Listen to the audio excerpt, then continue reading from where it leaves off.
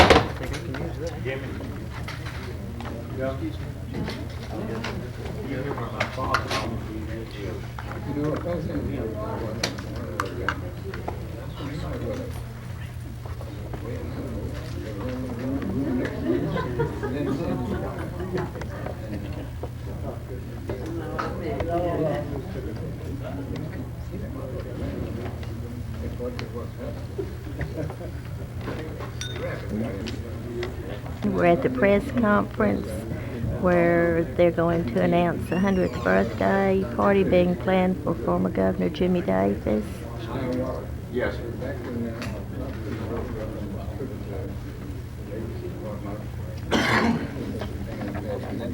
We went out, it was about 5 o'clock on Saturday afternoon. The event will occur on September 11th, 1999. Governor Davis will be celebrating his 100th birthday. Now, our Louisiana legend, he's really looking forward to being one of the few in our nation to celebrate the 100th birthday.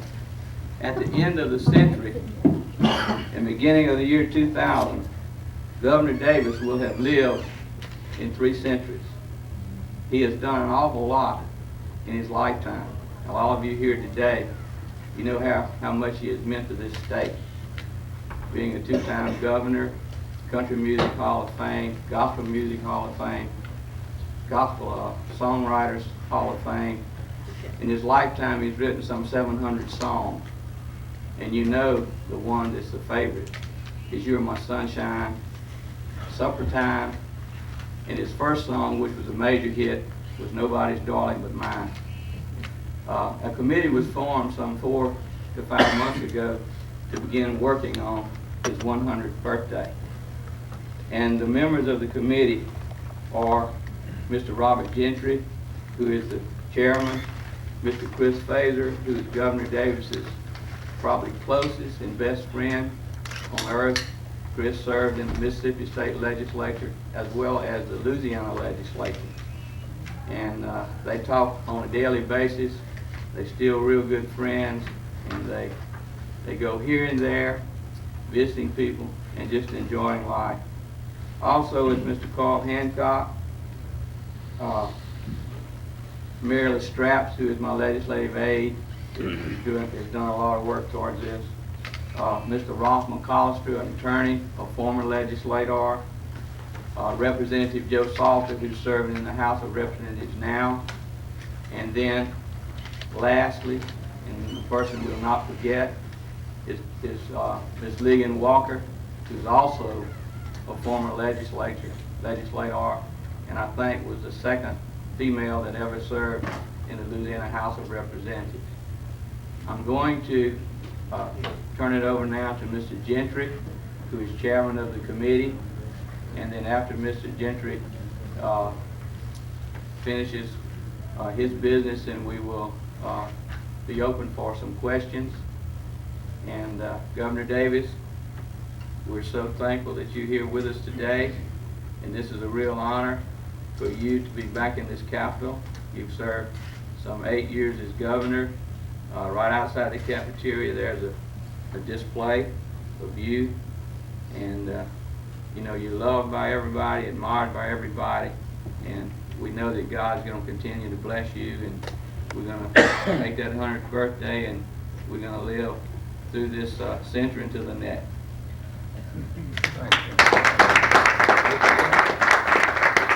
Thank you very much, Representative Kennard. We have some press packets that contain most of the information that you'll need, and I would like to urge you to come by and pick one up if you don't already have one.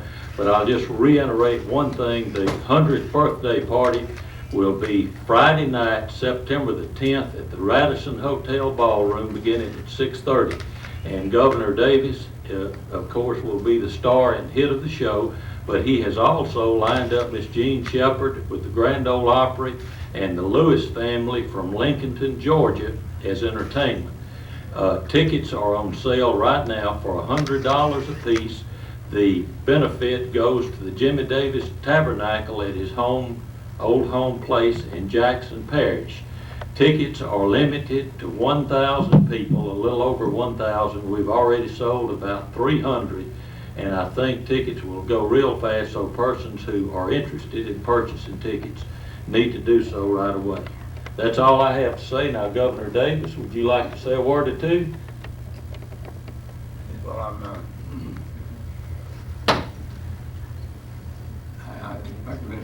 been rushed here. I didn't know where I was going. It's been so long since I've been here, I didn't know where I was when I got here. But, and I don't know how long we're going to stay. But you're nice to be here for this occasion, whatever it is.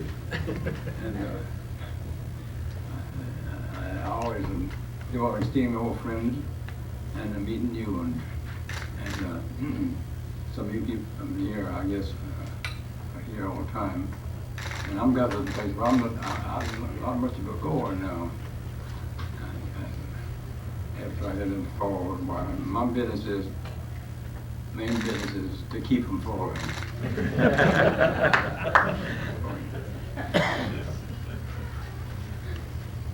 The first time I fell, I didn't go to church that morning. I was at home. My wife went, she came back, found me in the corner, all blood, and I'm just watching pretty close. She's my best guard, and I'm able to get around. I use a walker, so it's safer than a walking cane. And I say I don't want to fall anymore if I can help it. And I'm trying to stay here about 4 months longer. I won't be doing any good here, but I won't be doing any harm.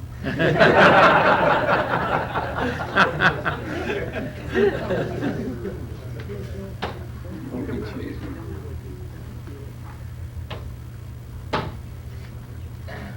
Okay, anyone have any questions? Governor, about to having lived in 3 centuries now, tell me some of the things that have you consider to be the most important things that have ever happened to you. What are the high points? Well, the most important thing I would say is the fact that I grew up and didn't have anything, didn't know anybody didn't have anything, and I thought everybody was a sharecropper.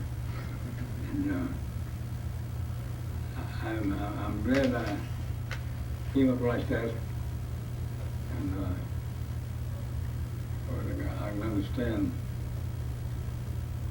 people in any time, any century now, in a year, that are sick or don't have anything, can't buy anything, and I didn't think I needed anything. And we had first thing I learned, we had a teacher, she never been to live in high school, we didn't have schools out there, but somewhere she learned a little bit. And, but we had to learn there, you have to say the alphabet backward. And so I learned that, and so I did everything backwards until I was 15 years old. And it took a long time to straighten out, to get around with people who do things right. And I found out now, all of them, they're still doing it worse than that. Not doing it at all. Some doing it too much. What, though, any particular events going on Grand Ole Opry, becoming governor, leaving the office, anything in particular that really stands out over your first 100 years? Well, of course, being governor, I never, I didn't have anything planned like that. I went from,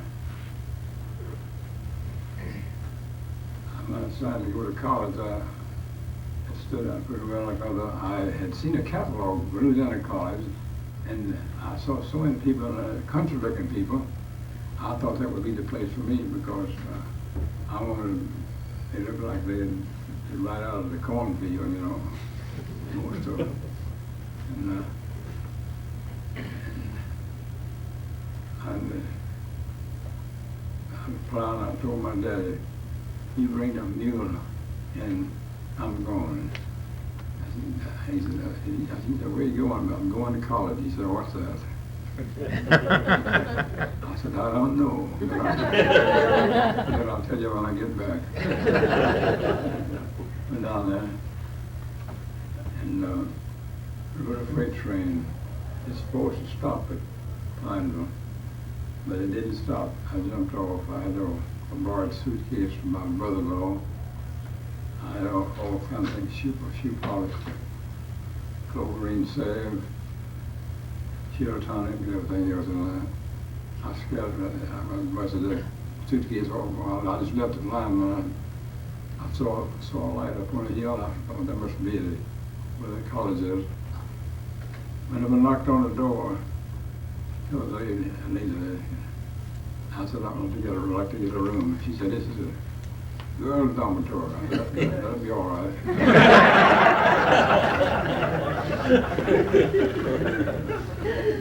She ran me off, and I found the place to get there. Didn't have any money, and I went down at the office and tried to get a job, and I finally got it. Got a job washing dishes, and then I'd work in the yard, just do anything that I could do. And I needed some clothes. And then I had a little small store. He later became sheriff of the Rapides Parish, Downs. And when he said, I was going to borrow some money, and when you have been buying some new clothes, cap, suit, shirt, tie, cost $19. And I know you ever paid it back, but I did. I paid it back. And then started in college and stayed there.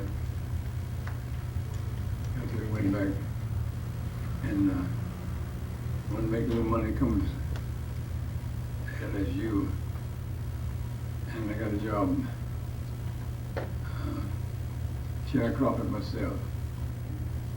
First year I made $15. The next year I went broke. And,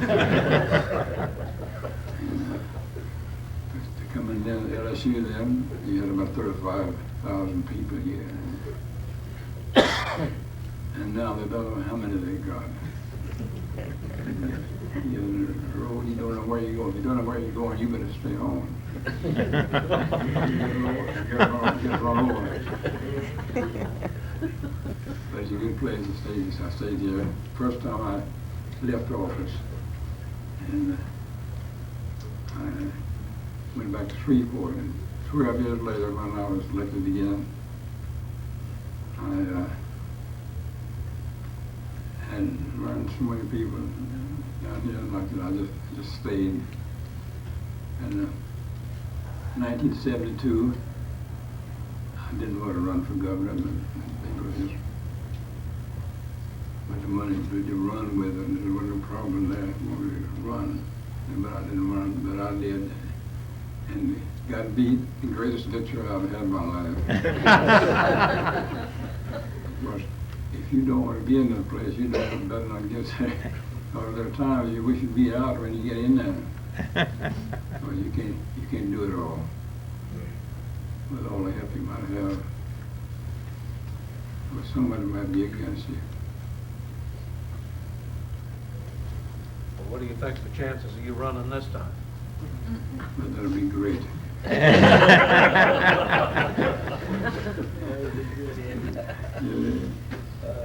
You might be the only one that could have the possibility of beating Mike Foster. If you want to run again? Yeah.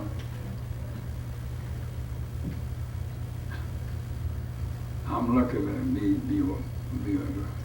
I'm resting this place, but I don't know where we're going. We got in.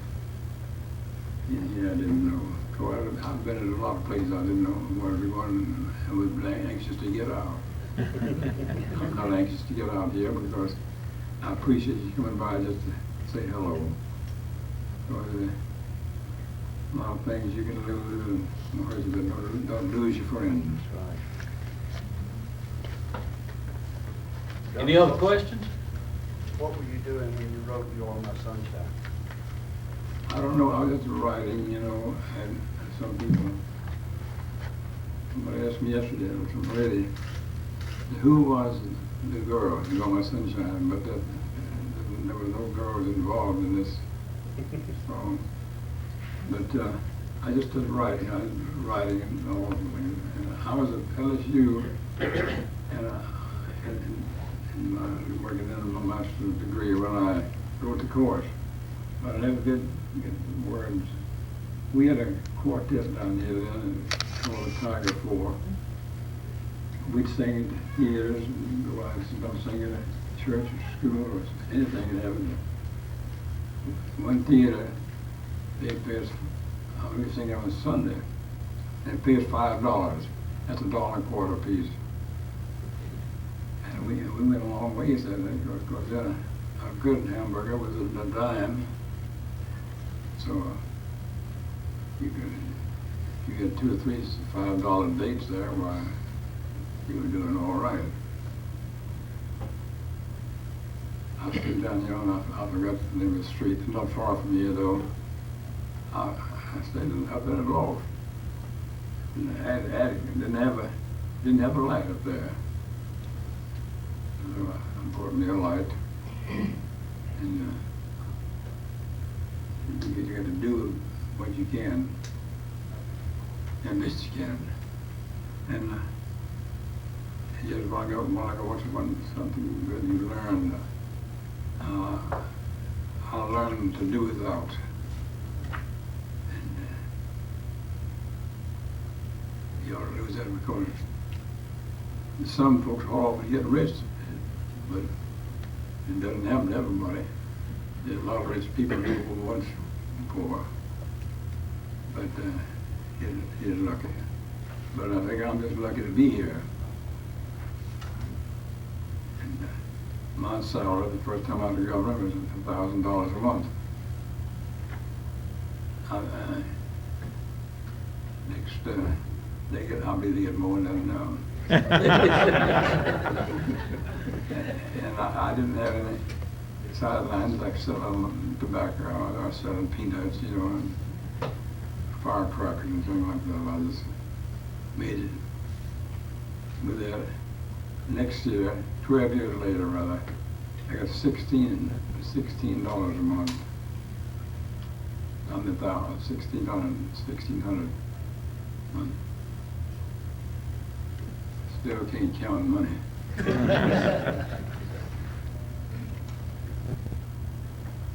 Governor, there've been a lot of jackasses ridden in the Capitol here, but weren't you the first one to ever ride a horse and the only one in this Capitol?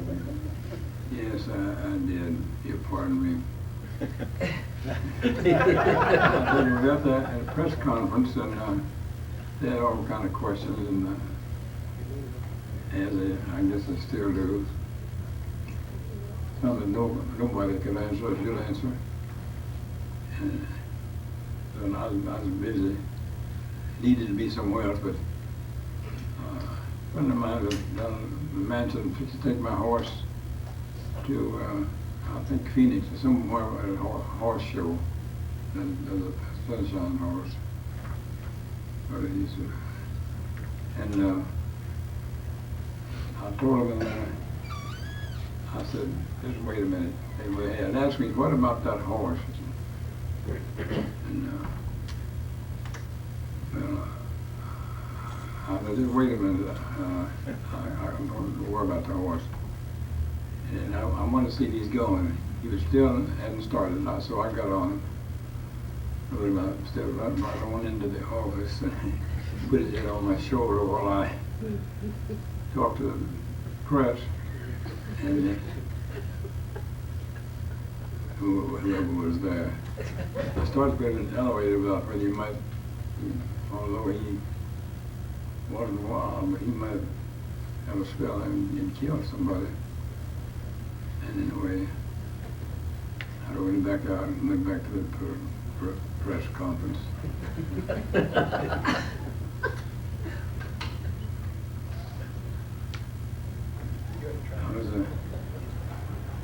I'm looking for a horse one day, and I had him up a down there between Faraday and Lula, some other place, way back in the basin of the lake. And I'm going to buy a horse just to ride there on the place that you need when you go to the farm and you're chasing cattle and whatnot. And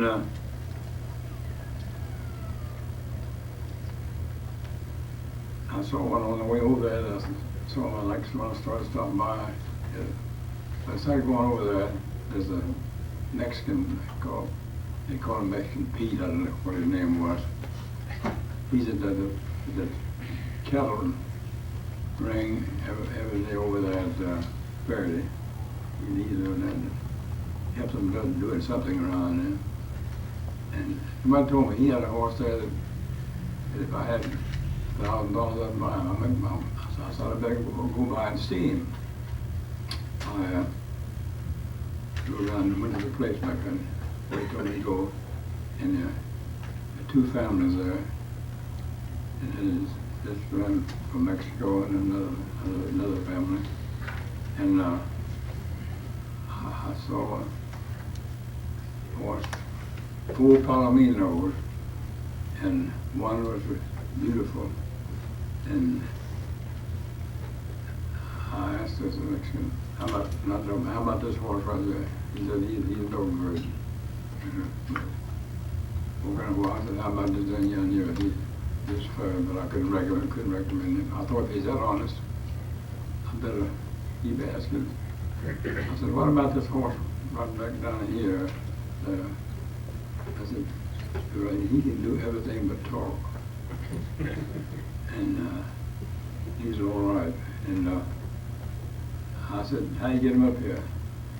Call him, come on up there. And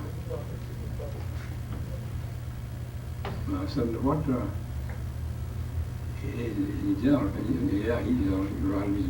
He's very good. And he got on running half his calf, fast about a rope, and he tied him down, came back, and the horse walked through the house. And I got down. And I said, he said, how do you get him in the truck? You ever met a truck? He just had him get in. He said, inside. He jumped in. And he stayed there today. And I said, what's a horse like that worth? He said, $200. I said, that's a lot of money. He says, yes, I said, that's a lot of horse too. and you know, I said, you put not a bride of the other thing, what you call it. I said, he threw in, no, that's $5, $205. And I said, you just sold a horse. And you know, he's fine. But I give him that. My boy called one day, said the boys of a tick. There's got a tick. Want the horse for a homecoming time. And I said, well, I'll go ahead and let him have him. And they didn't know how to fix that trailer up very well. They come back and they left Ruston. Had a wreck and broke his neck. I had another horse that was really trained better than this one, but he didn't have the publicity. Publicity could make anything, good or bad. Governor, it's been a while since you've been in high school or in college. What kind of advice can you give kids today about how just to get along in life? Well, I say the thing you ought to do, you ought to listen to the parents first, Mama and Papa. And of course, now sometimes it's hard to find your Mama and Papa. and they might not be the ones to give good advice. But I'd really thought of going to Sunday school and church and just be associated with it. Of course, if you belong to church doesn't mean you're going to heaven alive, but it does mean that you're a good citizen, you're interested in the welfare of everybody, and you try to associate with the right kind of people. That's some of the important things. And some people, you learn something from important people. People got some sense. Of course, people out there didn't have much more. Big Mama, Daddy was learned to read and write. He was taught to read and write after he was married by a preacher named Johnny Durham. And my mother was a second grader. My grandmother Davis never saw a school building until she moved down here out of the hill to the mountain of Arkansas. And so we went to the farm, didn't have a place to go, but they had a little place, one room, there was one room going. They used to have a little store there, they told me. But the man had a lot of farm, he had a world of sharecroppers. He had a few thousand acres out there. But a sharecropper, all he could work with, about all 2 mules could work, you know, because there were no tractors, nothing like that. And we might have farming, picking cotton. Oh, I started plowing at 7. I guess everybody started plowing when they was about 7 years old out there. And same way with all southern states.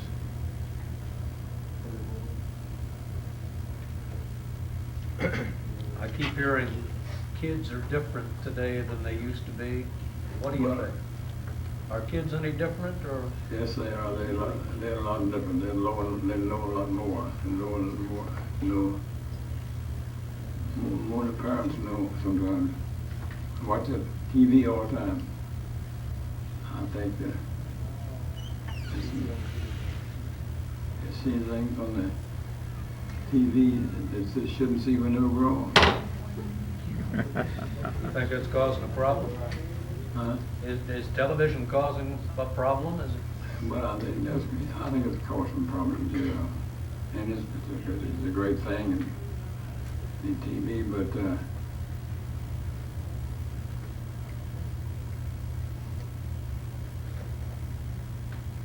like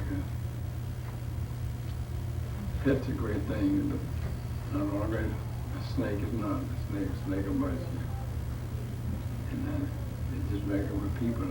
Everything is not being great in some way, but not great in the right way.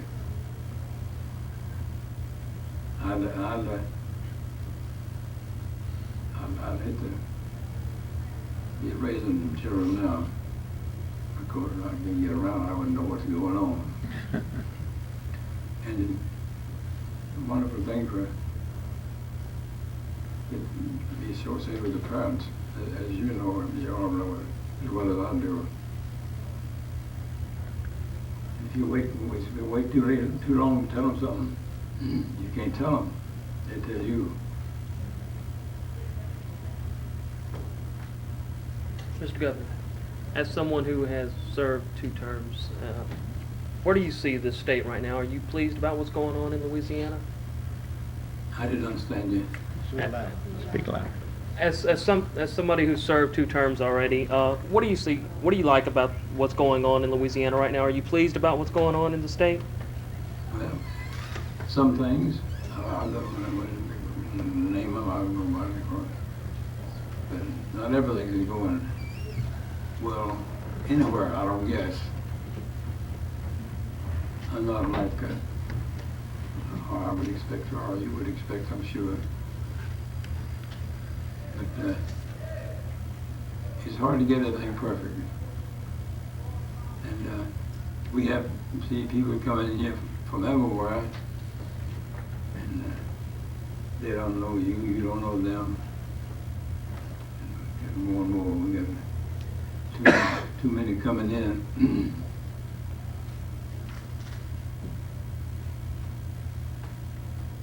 Governor, what do you think about politics today compared to back when you were in office? What do you think of today's politics in Louisiana, for that matter, and in Washington too? Well,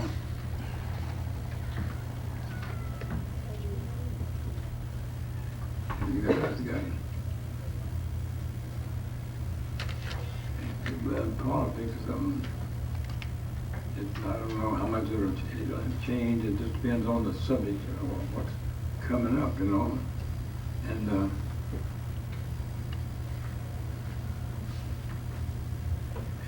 it's so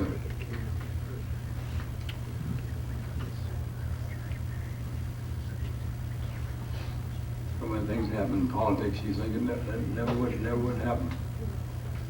And there never be a day that people were elected to a big office. You don't know what they're going to do. What are you going to do? And maybe he doesn't know. How so, sir? Huh? How so? How do you mean? Are you speaking to Mr. Clinton, or are you speaking just in general?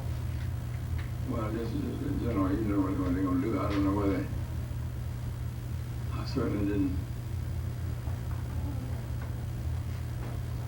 know what Clinton's going to do, or how much he's going to do, and how often he's going to do it.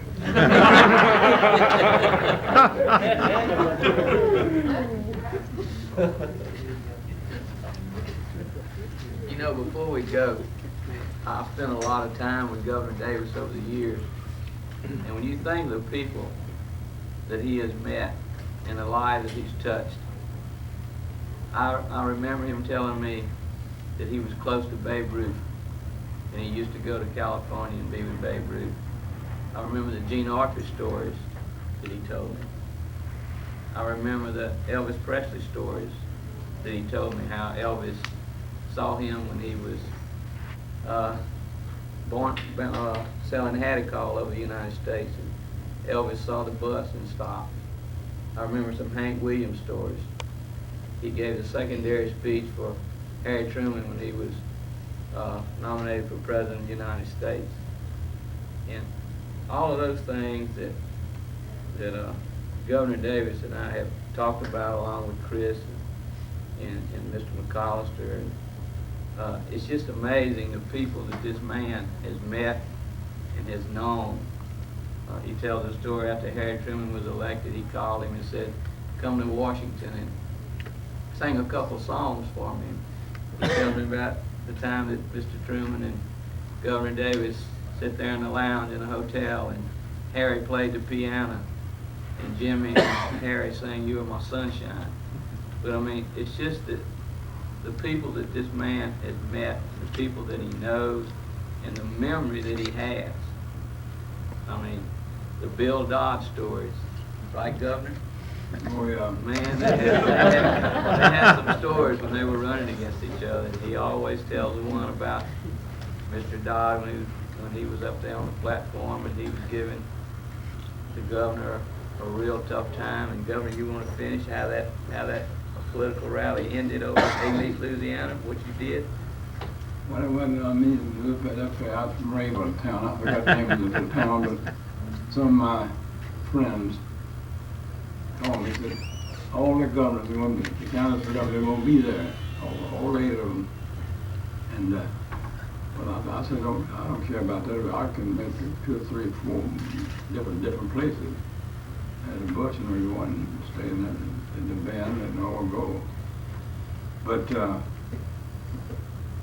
I think everyone I went, of course, Dodd worked me over. He told me everything that had been called. And it was a rough deal. And 2 or 3 of them more got on me, so I got I said, you know, I don't know I can add much to this, but I think what it's done and sing a song that your mama and papa and grandmother, grandfather cut the great teeth on An Amazing Grace. They stood singing and crying, and I got most all the votes there.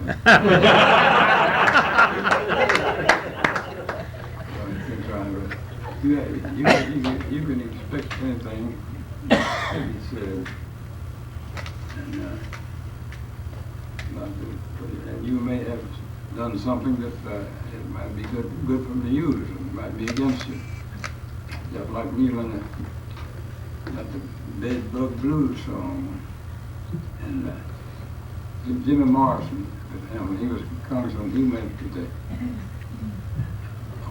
office in recording office in New York, and had a copy of this song, the Bed Bug Blues, Jimmy Davis,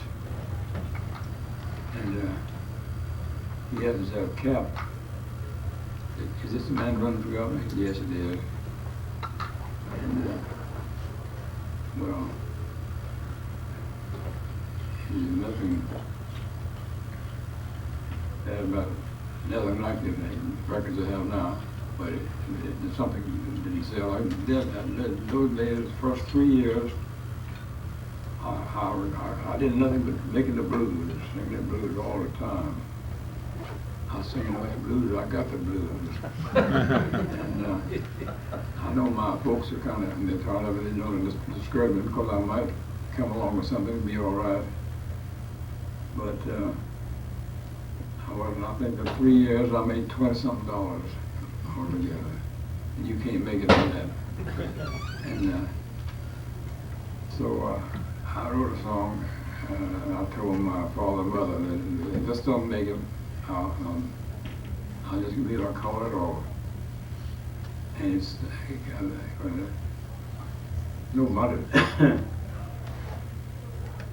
nobody's darling but mine. Well, I would hear that. And I got my second check. I saw what was going to happen. I thought all over here and the other countries too. And I got that check. I went down and bought me a Ford car. I paid $400. $4,000, I believe, I don't know the difference between 400 and 4,000. And, 400. And, I bought me a little suit, stuff.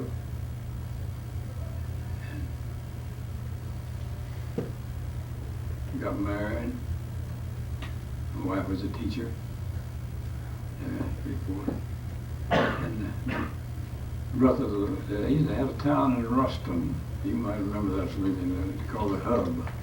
The finest, the best store that I've ever seen in any small town in my life. They had the best of everything. And to me, for instance, being called, they furnished me clothes, anything I wanted. Shoes, suits, overcoat, hat, cap, tie, got it all. Furnished me all through college. And for why, I don't know, I didn't know. And so I called them after I had this song. And I said, I'm coming over there, and don't have lunch, because I'm taking you to dinner. I'm taking you to lunch. Kind of, and I said, how much I owe you? They counted up to unbelievable. So I paid them off, had a lunch, and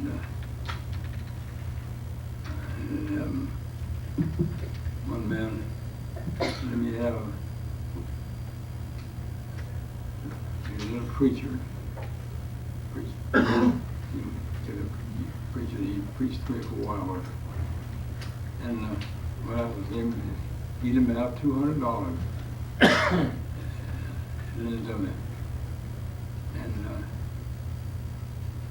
I went out to see him.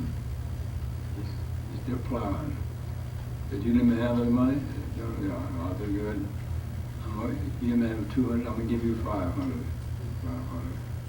And I did have 3 or 4 fellows like that who helped me out. I paid them good interest on it. But those days are gone now. Yeah, we'll close on this one. Everybody here remember that birthday is September 10th. It's a Radisson, so we want to be a crowd. But Governor, tell them the story of the first time you saw an automobile. You remember that one? Yes. Tell them your impression of the first car that you've ever seen. Well, I had the chance to ride it, but I couldn't get inside. So inside, I rode on the silver hood. And that thing was steaming, blowing in my face. I didn't know where to jump off. I didn't have to jump, I fell off. We were going to they kind of what's called a Snell fish pond, Alexandria, whatever. And they come out and swim, have a picnic. That's the first time I had to know anything about a car. Governor, you going to sing at your 100th birthday party? Well, I hate to do that to them.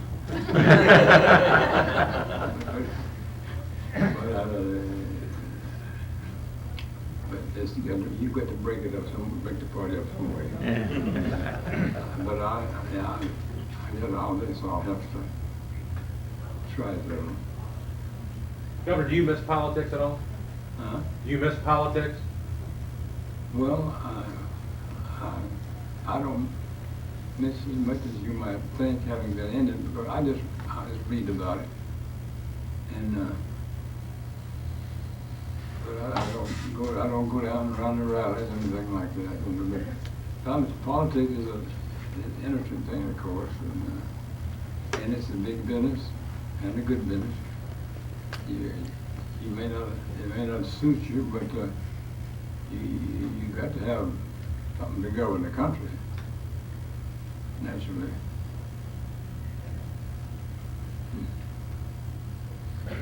Thank everybody for coming. Also thanks to the legislators that have shown up. Rodney Alexander and Randy Uden were here, and they represent Jackson Parish, which is the governor's, where he was born, his parish. But we appreciate you coming, and legislators, I know Sheila is here, and maybe the governor will stay around a couple more minutes if you want to get a photo. But we thank you for coming, and Mr. Gentry, you're doing a great job as chairman of the birthday committee, and thank everybody for coming. Thank you, Governor.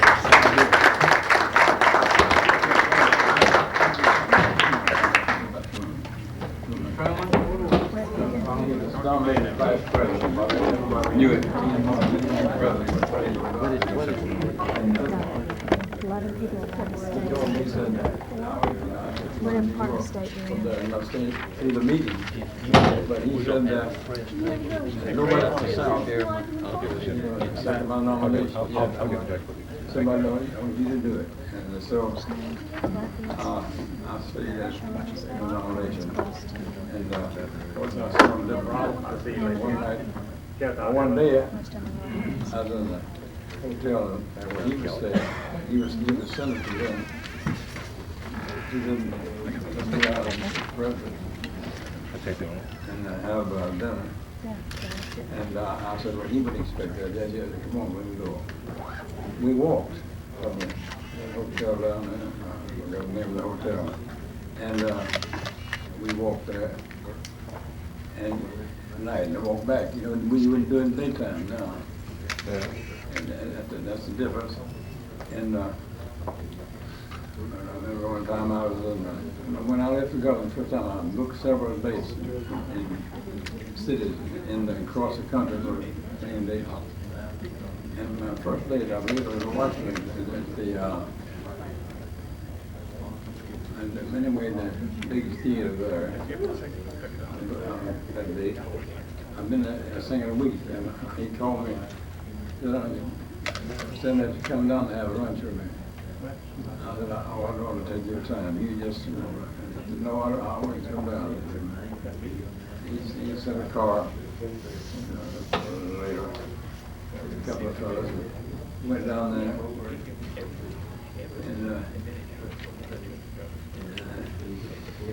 And we got to see him talking. I said, how you liking this? Okay. But he said, you know, I didn't want this to be. I got it. I said, how your wife like it? He said, I'm crazy. I said, how's Margaret like it? His daughter. She didn't know what the hell went on. So, but I found out, like later, when after he got fighting with the press, why he got how much at home. He just say what he wanted to say. And he walked around the street, people, they wouldn't say hello, they'd say hello there, Harry. He didn't like it. He got to where he liked it.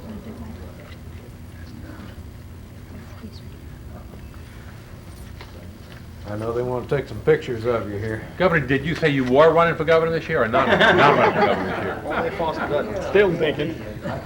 Next year. Sir? Next year?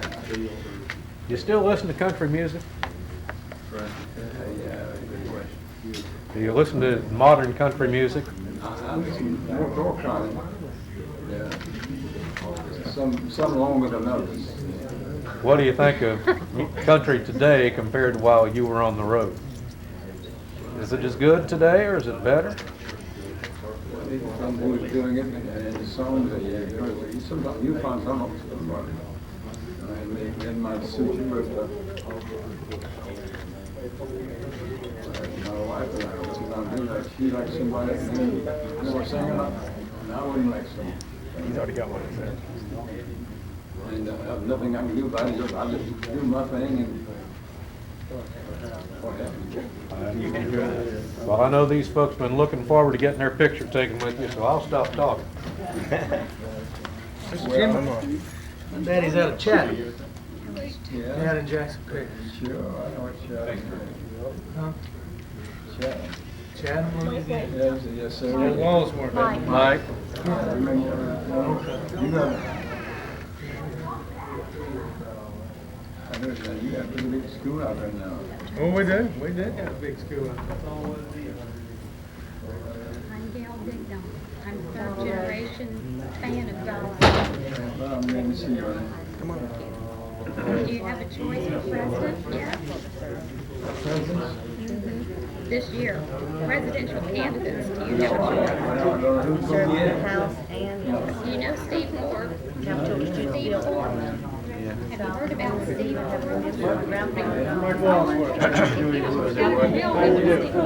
I'm from Westboro.